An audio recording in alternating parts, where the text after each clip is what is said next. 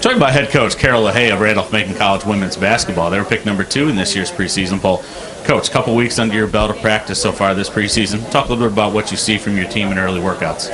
Well, I'm pretty excited about this team. We still have some speed that has returned, and I know it's always a cliche each year, but we do have a good returning nucleus, and I'm going to make sure that we try to do as much as we're capable of doing. As we finished up last year very strong, we did lose Taylor Huber, but we've brought in new players that are going to be able to put the ball in the basket and take over, and so we're hoping that we can hit the floor running and continue in our winning ways.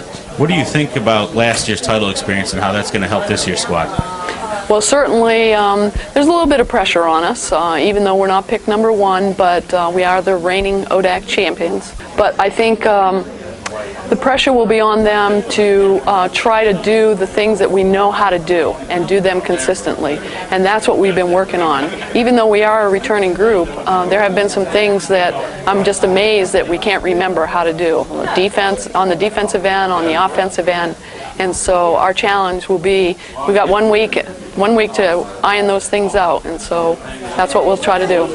You talked about missing a 21-point scorer from last year's ODAC leading scoring offense, but you have a couple top-flight scorers back and a couple all-conference players in Sarah Parsons and Katie Anderson. What do you expect out of them this season and some of your other returners?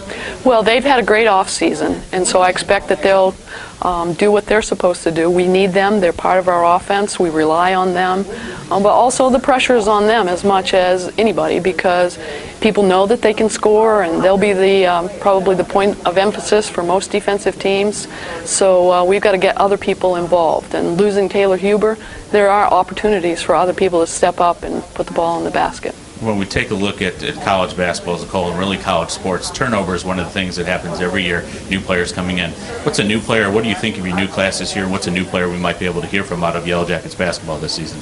Well, we have 3 new players, but I'm very excited about each one of them. They bring different things to the court. We've got a post presence inside with Amber Lee, and then we've got 2 guards that are very exciting to watch. Both can handle the basketball. Karima Conte out of Riverdale, Maryland, and Teal Reynolds out of Sterling. So expect great things from them as well.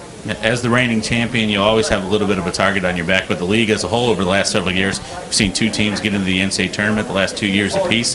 What do you see from the league this season as the competition continues to improve? Definitely stronger. There's no doubt about that, and I'm very excited. As somebody that's been in the conference for so long, it's nice to know that each and every year the conference is improving. And as somebody said in our coaches meeting, you know, the bottom teams are pushing the teams at the top, and that's only going to help us get better. Well, Coach, I want to thank you for joining us today. Good luck this season. Thank you very much, JJ.